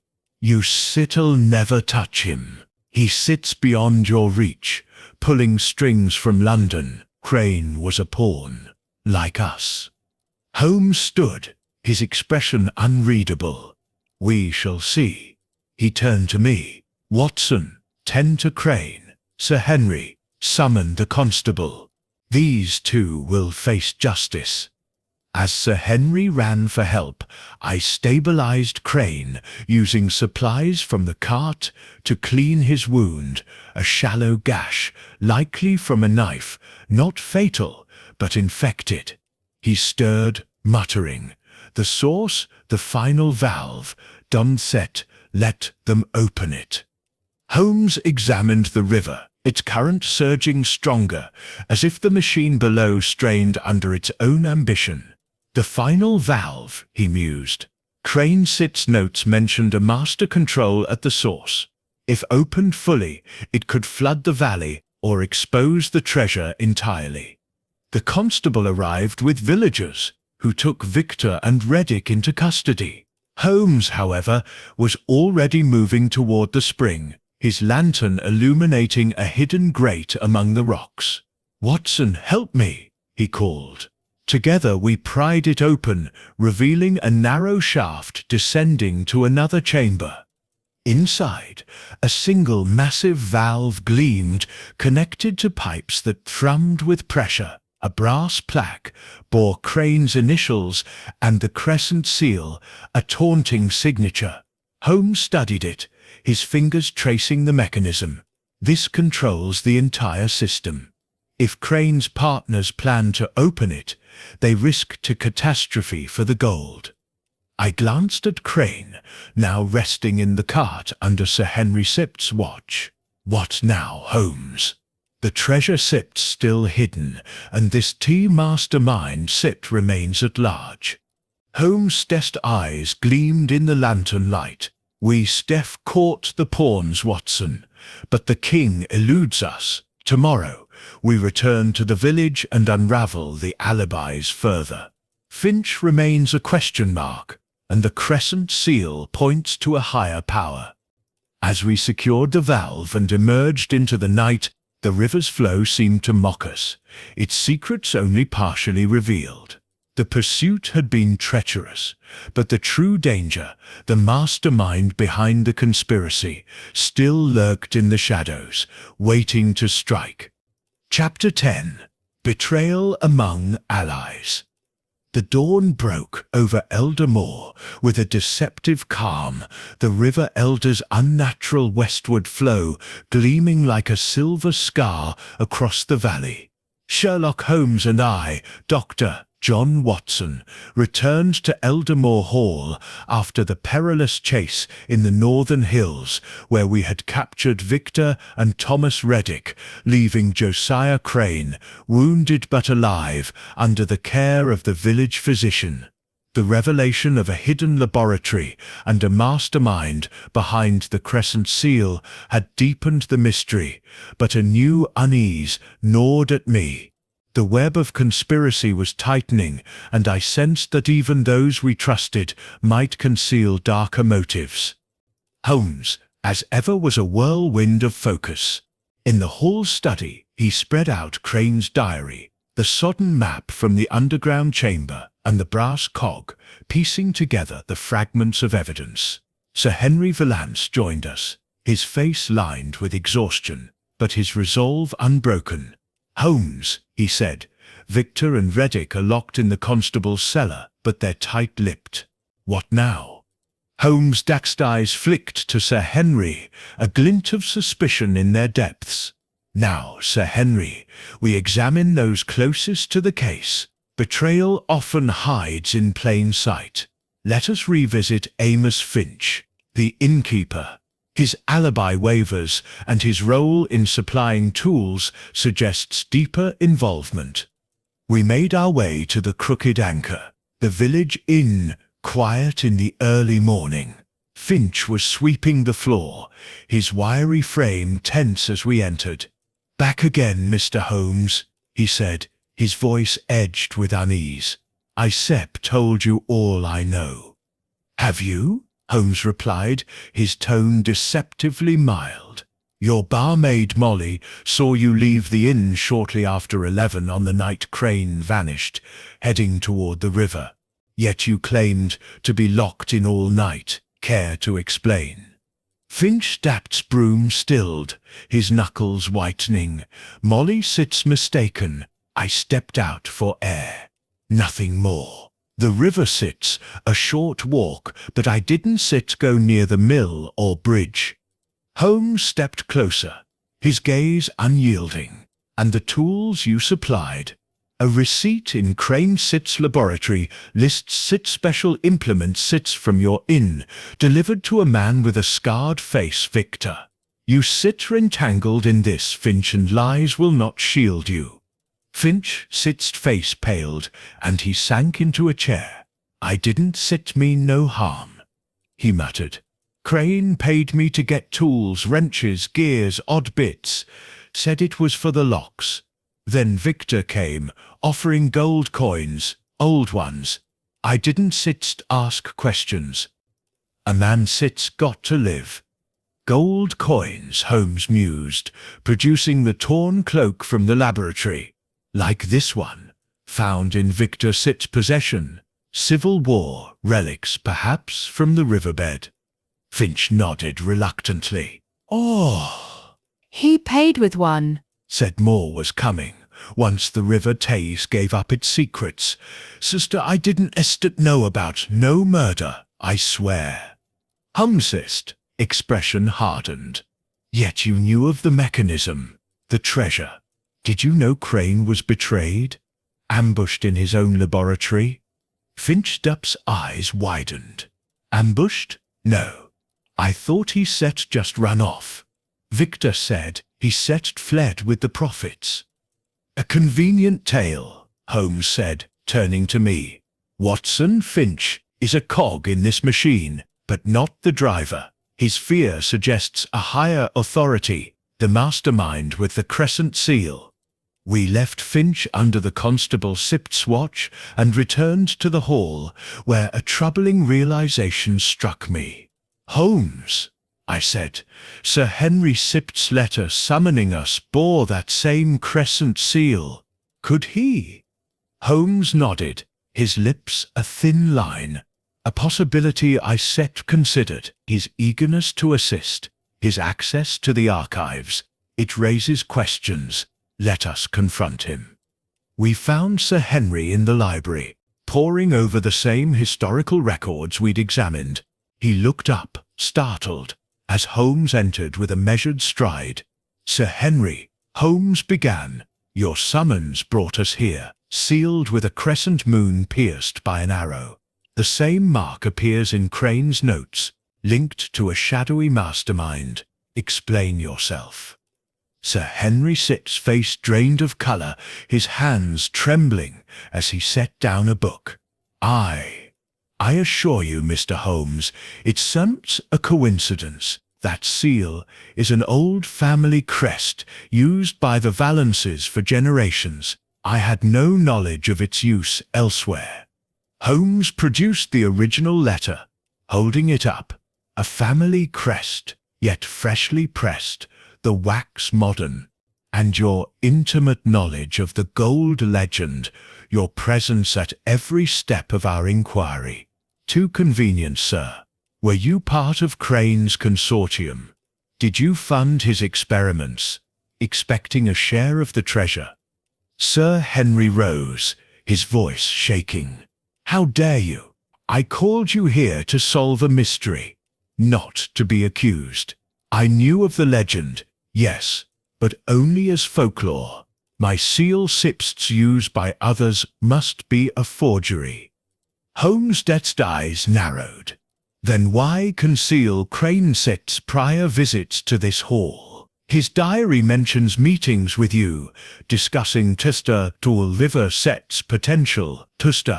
You encouraged his experiments, didn't you? Sir Henry sank back, his defiance crumbling. Very well, he whispered. Crane came to me months ago, seeking funds for his hydraulic system. He claimed it would improve irrigation, benefit the village. I gave him money, unaware of his true aim, the gold. When the river reversed, I feared my involvement would be misconstrued, so I said nothing. And the seal? I pressed, my hand on my revolver. A mistake, he insisted. Someone must have stolen wax from my desk. I swear, I am no mastermind. Holmes studied him, his silence more piercing than any question. At last, he said, your story will be tested, Sir Henry. For now, remain here. Watson, we must verify Crane Sit's recovery and prepare for the final clue. We left the library, my mind reeling. Holmes, do you believe him? Sir Henry as a dupe, not a conspirator? His fear seems genuine, Holmes replied. But betrayal wears many faces. Crane's diary, the seal, the gold, all point to an orchestrator still hidden. We must return to the source tonight. The final valve Crane mentioned. It holds the key to the river's secret, and I suspect the mastermind's identity. As we prepared for another nocturnal venture, the weight of betrayal hung heavy. Sir Henry, Finch, Reddick, Victor, each played a part, but the true puppet master remained elusive, their motives cloaked in the river's backward flow. Chapter 11. The final clue emerges. The twilight cast an eerie glow over Elder Moor as Sherlock Holmes and I, Dr. John Watson, prepared to return to the source of the River Elder. The revelations of betrayal, Sir Henry Vallant's concealed dealings with Josiah Crane, Amos Finch's complicity in supplying tools, and the captured Victor and Reddick's role in the conspiracy had tightened the web around the mystery. Yet the mastermind, marked by the crescent seal, remained a shadow. Crane's fevered words about a final valve at the river's source promised to unlock the mechanics of the backward flow and perhaps the identity of the orchestrator. Holmes was a study in focus as we gathered our gear in Elder Moor Hall's study. He pored over Crane's diary, the sodden map, and the geological survey, his fingers tracing the marked treasure loci along the riverbed. "Watson," he said, his voice low, "the valve Crane mentioned controls the entire system. If we understand its function, we unravel the motive behind the reversal and the mastermind's endgame."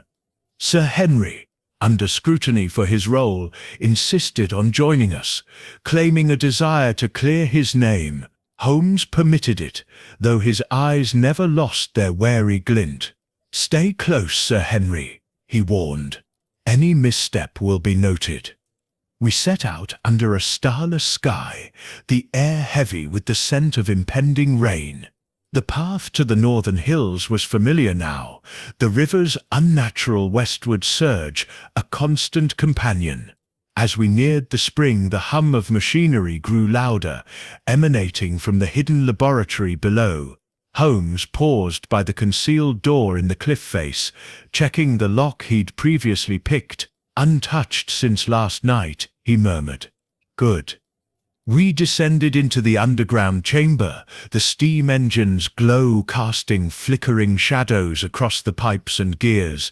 Crane's apparatus thrummed with restrained power, its gauges trembling on the edge of overload.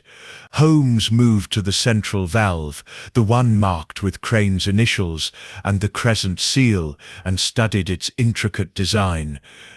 "Look here, Watson," he said, pointing to a series of interconnected levers. "This valve regulates the siphon system, drawing water from an underground aquifer to reverse the surface flow. But see these secondary pipes? They lead to a bypass channel, designed to release excess pressure or flood the valley if fully opened." I frowned, my medical mind struggling with the mechanics. So Crane built a fail-safe? Why risk such destruction? Greed, tempered by caution. Holmes replied. He wanted the gold but feared his partner's set betrayal. This valve could expose the treasure by drying the riverbed completely or destroy the evidence if threatened.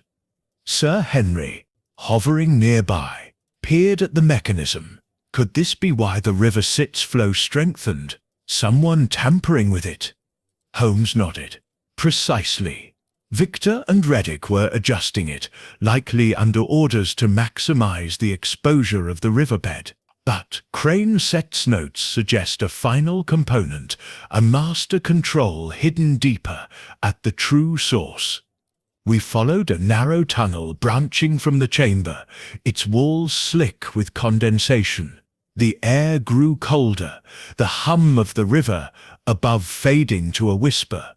At the tunnel's end, we found a smaller cavern, dominated by a single massive brass valve embedded in the rock. Beside it lay a locked steel box, its surface etched with the crescent seal. Holmes knelt, his lockpicks flashing in the lantern light. The box clicked open, revealing a bundle of papers and a small, ornate key. He scanned the document's technical schematics, annotated with Crane's handwriting. Master valve regulates aquifer flow. Key activates emergency override. Beware, full release risks collapse. The final clue, Holmes said, holding up the key. This controls the master valve. If turned, it could either stabilize the system or unleash chaos. Crane hid it here, away from his partners.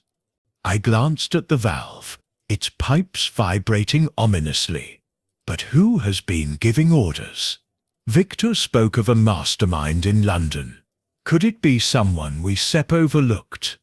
Holmes' eyes narrowed. The crescent seal links Sir Henry, Crane's letters, and now this key. Either Sir Henry lies, or someone has co-opted his family crest. But there's another possibility. He trailed off, his gaze distant. Sir Henry, visibly shaken, protested. "I told you, Mr. Holmes, the seal is a Valence heirloom. I no part in this treachery." Before Holmes could respond, a faint scraping echoed from the tunnel behind us. I drew my revolver, heart pounding. "Someone's coming," I whispered. Holmes motioned for silence, concealing the key in his pocket. We dimmed our lanterns and pressed against the cavern wall. Footsteps approached, deliberate and unhurried. A figure emerged. Amos Finch, the innkeeper, holding a lantern and a crowbar, his face set in grim determination. "Finch!" I exclaimed, raising my weapon. He froze, dropping the crowbar. "I came to check the valve," he stammered. "Heard you were here. Thought you need help." Holmes stepped forward, his voice icy. "Help or sabotage? You supplied tools to Victor, lied about your alibi, and now you sit here at the heart of Crane's Sit's machine. Speak, Finch, who sent you?" Finch sect's shoulders sagged. "I had no choice. The man with the crescent seal. He sect's got my debts, my inn. He ordered me to watch the valve. Make sure it stays open," said the gold sect's, nearly in reach. "Who is he?" Holmes demanded. Finch shook his head. "Never met him. Letters only from London. Signed to Crescent. Seton. He knew everything. Crane Setter's plans, the gold, even your arrival." Holmes' Dick's expression hardened. "You sit under arrest, Finch." "Sir Henry, bind him." As Sir Henry complied, I saw a flicker of doubt in Holmes' eyes. The mastermind's reach extended far, manipulating players from afar. The final clue, the key and the valve, had brought us closer, but the true orchestrator remained elusive, their identity hidden in the shadows of London. "We return to the village," Holmes said. "The confrontation awaits, and the mastermind Sit's hand will be forced. Watson, keep your revolver ready. The River Sit's secrets are nearly ours." As we ascended, the valve's hum seemed to pulse with menace, a reminder that the mystery's resolution hung on a precarious edge. Chapter 12. Confrontation at the Source. The night was heavy, with the threat of rain, as Sherlock Holmes, Sir Henry Valence, and I, Dr. John Watson, escorted a bound Amos Finch back to the northern hills, where the River Elder's source concealed the heart of Josiah Crane's audacious mechanism. The discovery of the master valve and the ornate key, coupled with Finch's reluctant confession of a shadowy London mastermind marked by the crescent seal, had brought us to the brink of unraveling the mystery. The river's relentless westward flow pulsed like a heartbeat, urging us toward a final reckoning. Holmes was a figure of grim determination, the key to the master valve secure in his pocket. "Watson," he said, as we approached the concealed door in the cliff face, "the mastermind has played a careful game, orchestrating Crane's ambition, Victor's violence, Reddick's greed, and Finch's complicity. Tonight we force their hand." Sir Henry, still shaken by accusations against his own role, carried a lantern, his face set. "I swear, Mr. Holmes, I stem no part of this. Let me prove it by standing with you." Holmes nodded curtly. "Your actions will speak, Sir Henry. Stay vigilant." We descended into the underground laboratory, the steam engine's glow casting an infernal light across the maze of pipes and gears. Finch, wrists tied, shuffled nervously, his eyes darting to the tunnels. The main chamber hummed with the strain of the siphon system, its gauges trembling near critical levels. Holmes made straight for the smaller cavern housing the master valve, its brass surface gleaming ominously. As we entered, a low chuckle echoed from the shadows. A figure stepped into the lantern light. A tall man, impeccably dressed in a black frock coat, his face partially obscured by a wide-brimmed hat. The crescent seal glinted on a ring on his finger, and his voice was smooth, almost theatrical. "Mr. Holmes, your persistence is admirable, but you've wandered into my domain." I raised my revolver, but Holmes motioned for calm. "And you are?" he asked, his tone icy. The man inclined his head.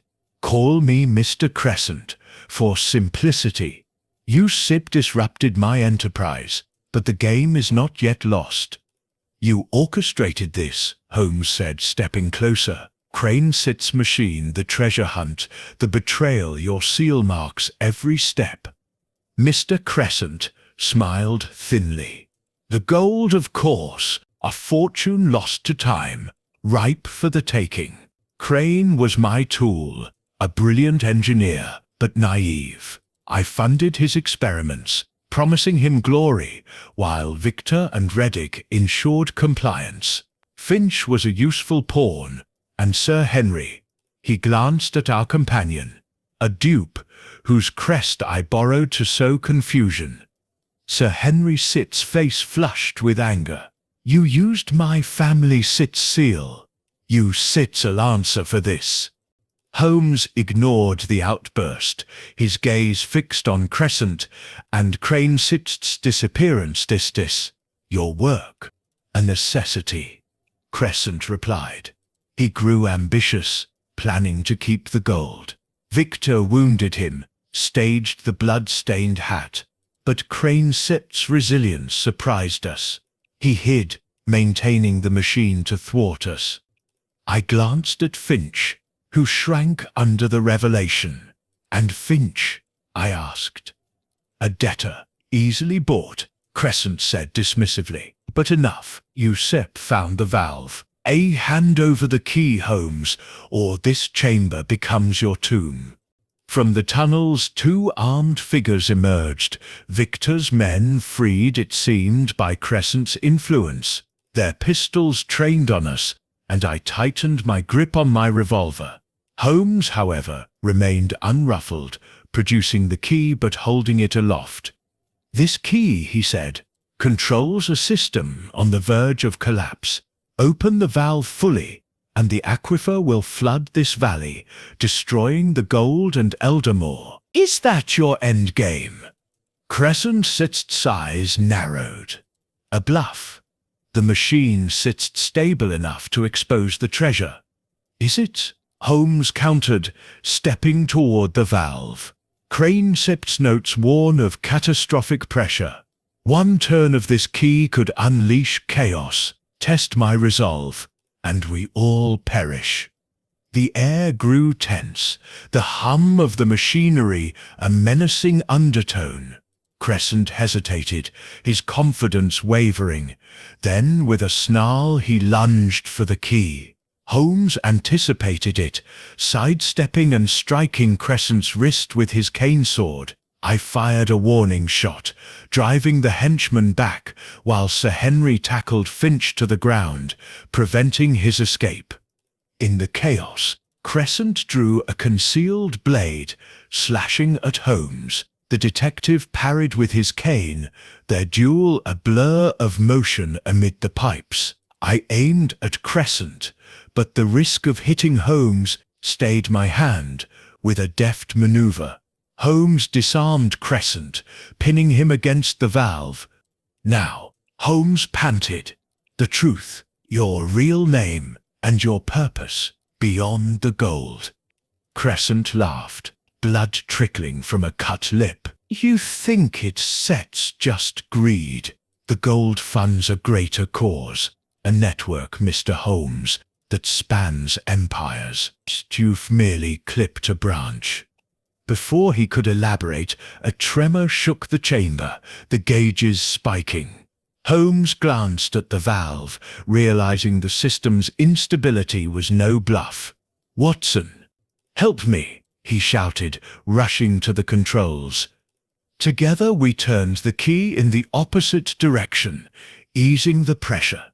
The machine groaned, its hum softening as the river's flow above began to slow. Crescent seized the moment, breaking free and vanishing into a side tunnel, his men covering his retreat with gunfire. I returned fire, wounding one, but they escaped into the darkness. Holmes cursed softly. He slipped us, but the machine is stabilized for now. Sir Henry, holding a trembling Finch, looked shaken. What was he talking about? A network?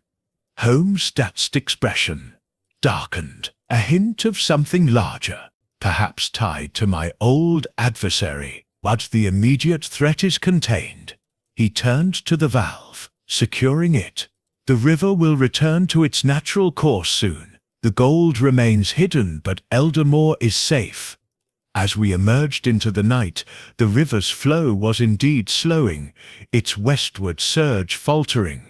The confrontation had revealed the mastermind's face, but his escape and cryptic words left a shadow over our victory. The true twist, the network Crescent hinted at, loomed beyond the river's secrets. Chapter 13. Resolution and Revelations. The first light of dawn crept over Eldermore, casting a soft glow on the River Elder, which now flowed hesitantly, its unnatural westward surge faltering as the machinery beneath it stabilized. Sherlock Holmes, Sir Henry Valence, and I, Dr. John Watson, returned to Eldermore Hall with Lord Reginald Ashbourne in custody, his aristocratic veneer shattered by the revelation of his role as the mastermind behind the Crescent Seal. The capture of Victor, Reddick, Finch, and now Ashbourne had unravelled the conspiracy, but the full truth of the backward river and Josiah Crane's fate demanded closure. Holmes, ever relentless, was determined to tie every thread of this intricate case. In the hall study, warmed by a crackling fire, Holmes gathered the evidence: Crane's diary, the sodden map, the brass cog, the ornate key, and Ashbourne's incriminating letter. Sir Henry, still reeling from his cousin's betrayal, sat heavily, while the village physician reported that Crane was recovering, his wounds serious but not fatal. The constable stood guard over the prisoners, awaiting transport to York for trial. Holmes began, his voice steady and precise. "Gentlemen, the mystery of the backward river is a tale of greed, ingenuity, and treachery, woven through the centuries. Let me lay it bare." He paced before the fire, his hands clasped behind him. The legend of the Civil War gold, sunk in 1645 at Eldermore Ford, was no myth. Josiah Crane, a brilliant but ambitious engineer, uncovered its truth through historical records and geological surveys. He devised a hydraulic system, pumps, siphons, and valves hidden beneath the river to reverse its flow, exposing the ancient riverbed where the gold lay buried. His notes and the laboratory confirm this. I nodded, recalling the subterranean chamber sip's complexity. But why the secrecy, Holmes? Why not report the find? Greed, Watson, he replied. Crane sought the gold for himself, but he needed funds and allies. Enter Lord Ashbourne, who under the guise of the Crescent Seal bankrolled the operation. The seal, a Valence family crest, was a clever misdirection. Ashbourne, Sir Henry's cousin, had access to it from their shared lineage. He posed as a distant financier, manipulating Crane, Victor, Reddick, and Finch. Sir Henry interjected, his voice strained. But why use my seal to frame me? Partially, Holmes said. Ashbourne's plan was to deflect suspicion. If the scheme failed, you, Sir Henry, would be implicated as the local authority. Crane's diary mentions meetings with you, but only for funding under false pretenses, irrigation, not treasure. Ashbourne ensured Crane never knew his true identity. Holmes held up the key from the cavern. This controlled the master valve, the heart of Crane's system. Ashbourne intended to open it fully, flooding the valley to retrieve the gold while chaos covered his escape. Crane, suspecting betrayal, hid the key and staged his own disappearance after surviving an ambush in the laboratory. Hence the blood-stained hat and no body. I frowned. But Victor and Reddick, they believed Crane was dead. Indeed, Holmes said. Ashbourne convinced them Crane had fled with the gold, ensuring their loyalty while he maneuvered to claim it alone. Finch, coerced by debts, supplied tools and spied, unaware of the full plot until it was too late. He produced the sodden map, pointing to the marked loci. One chest was recovered, as Ashbourne admitted, a sample of the gold enough to fund his escape. The rest remains buried. But with the valve stabilized, the river returns to its natural course, concealing the treasure once more. Sir Henry rubbed his temples, and the river sits reversal. How was it done? Holmes gestured to Crane's schematics. An underground aquifer, tapped by Crane's pumps, created a pressure differential. By diverting water through hidden channels, he forced the surface flow westward. The laboratory's steam engine powered the system, but its instability risked collapse, a fact Ashbourne exploited. A sudden thought struck me. Holmes, could there be more to this? Crane Sit's notes mentioned the greater work sits, perpetual motion perhaps? Holmes smiled faintly. A fanciful dream. Crane Sit's genius lay in hydraulics, not physics-defying machines. His greater work sits were likely a justification for his obsession. The gold was his true aim, shared by his treacherous partners. As the fire crackled, Holmes turned to Ashbourne Sit's letter. This confirms his plan to flee abroad, with a banker in London ready to launder the gold. The Crescent Seal tied it all together, a signature of control, now his undoing. Sir Henry stood, his resolve returning. The gold belongs to Eldamore. If its stib's ever found, I still ensure it benefits the village, not thieves. Holmes nodded. A noble intent. For now, the prisoners face justice, and Crane, when recovered, must answer for his recklessness. We stepped outside, where the river flowed eastward once more, its natural rhythm restored. The villagers, gathered by the bridge, watched in awe, their whispers of curses replaced by murmurs of relief. Holmes gazed at the water, his expression contemplative. "Watson," he said softly, "the river has spoken its truth. Greed turned allies to enemies, and science to a tool of chaos. Yet reason prevails. As we prepared to return to London, I felt a profound satisfaction. The mystery had been a labyrinth of clues, betrayals, and impossible phenomena, but Holmes' intellect had navigated it flawlessly.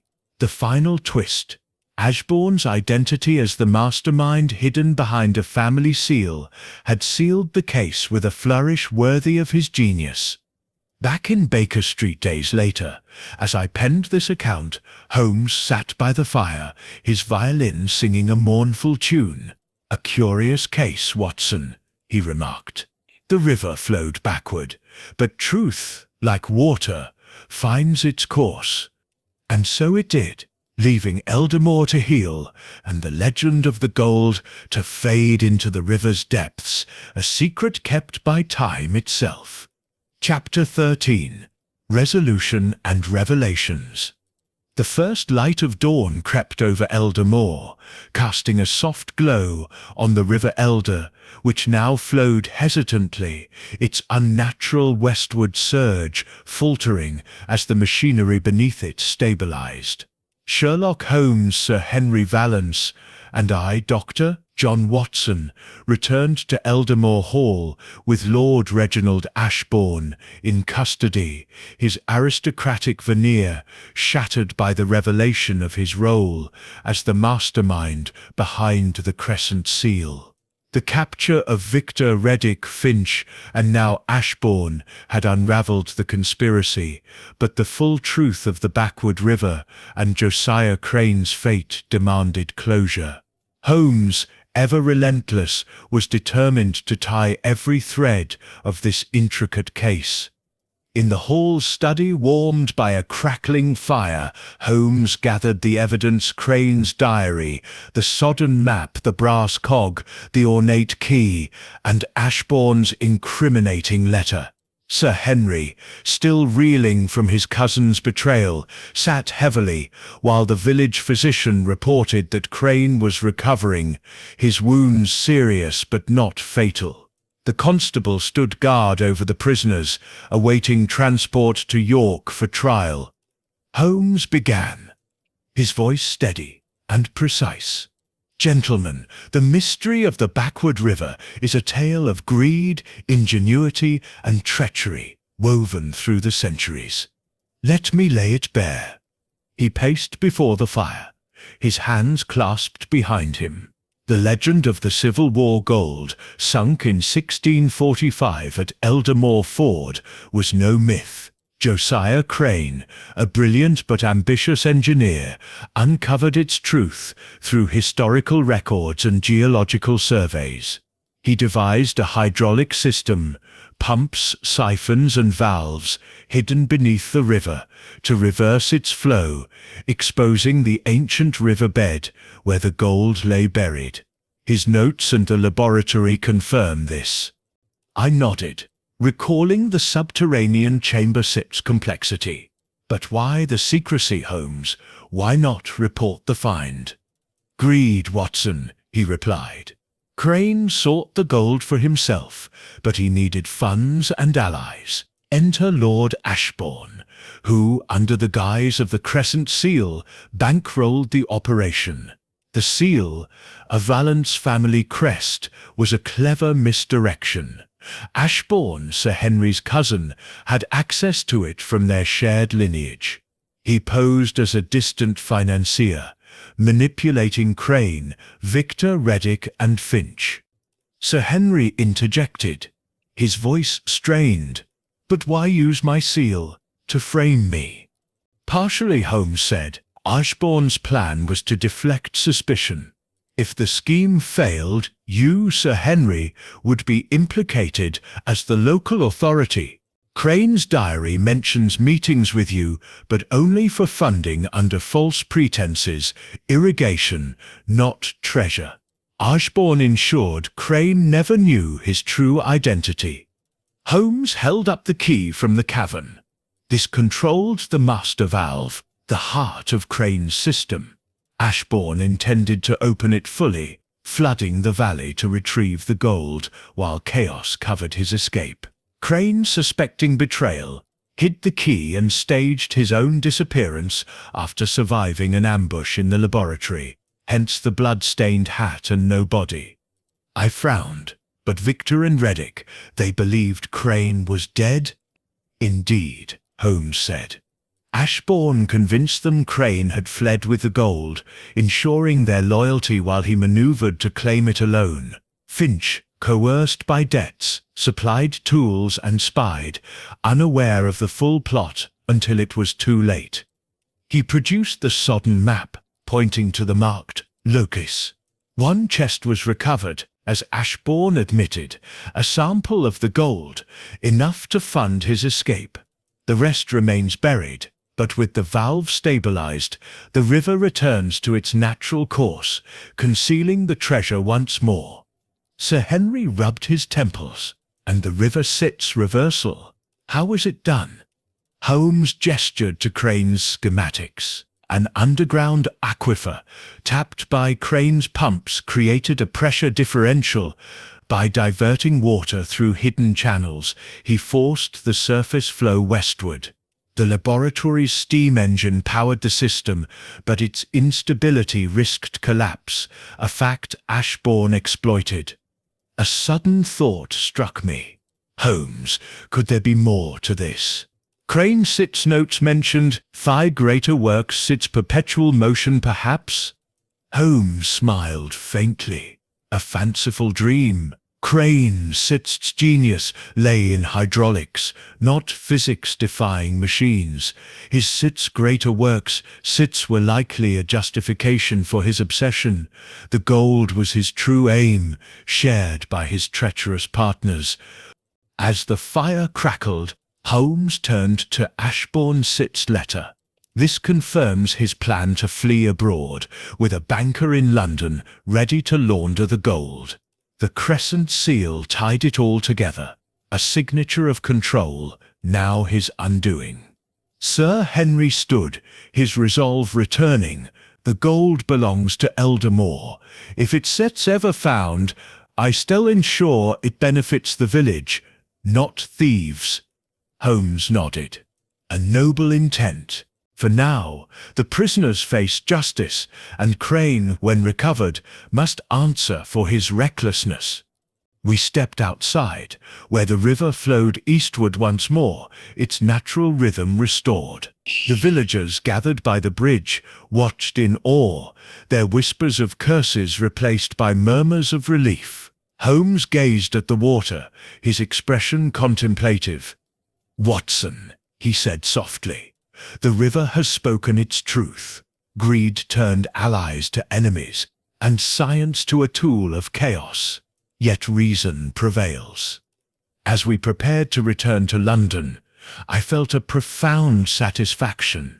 The mystery had been a labyrinth of clues, betrayals, and impossible phenomena, but Holmes' intellect had navigated it flawlessly. The final twist, Ashbourne's identity as the mastermind, hidden behind a family seal, had sealed the case with a flourish worthy of his genius. And so, the mystery of the backward river was laid to rest, its secrets carried away by the elder's restored flow. Sherlock Holmes had once again turned the impossible into the inevitable, exposing a conspiracy that spanned centuries. Yet, as we left Eldermore behind, I couldn't help but wonder, what other secrets lie hidden in the rivers and hills of our world, waiting for a mind like Holmes to uncover them? The adventure was over, but the echoes of the river's truth lingered, a testament to the power of reason over chaos.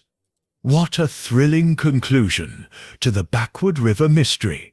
Have you ever stumbled upon a local legend or mystery in your own town that sparked your curiosity? Drop your location and share your story in the comments below. We'd love to hear it. Don't miss out on more Sherlockian adventures. Hit that subscribe button and join us for the next case. Stay curious, and let's unravel the world's secrets together.